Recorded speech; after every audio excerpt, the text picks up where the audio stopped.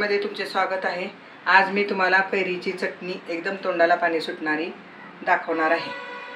साहित्य: चण्याची डाळ भिजवलेली, कच्चे शेंगदाणे, मीठ, धना जिरा पूड, कैरी कट केलेली, 2-4 मिरच्या, गूळ, हिंग आणि हळद। आता हे सर्व साहित्य मिक्सरमध्ये घालायचं।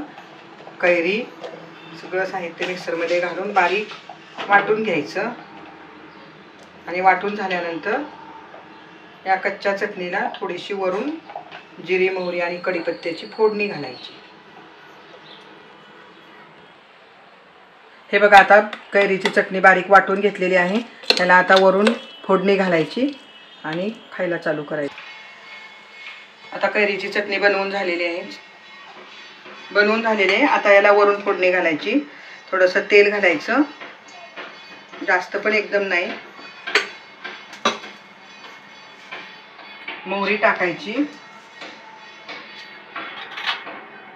मोहरी थोडीशी तडतडू द्यायची।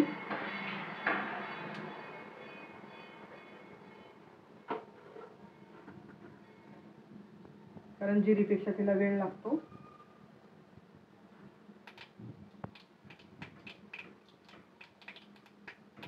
आणि मग जिरी घालायची थोडीशी।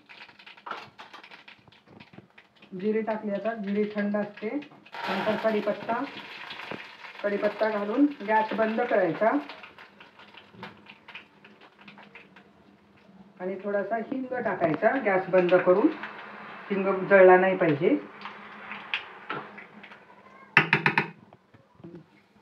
ही फोडणी त्यामध्ये चटणीमध्ये फोडणी ओतून टाकायची। आंबट गोड चटणी खायला एकदम चविष्ट।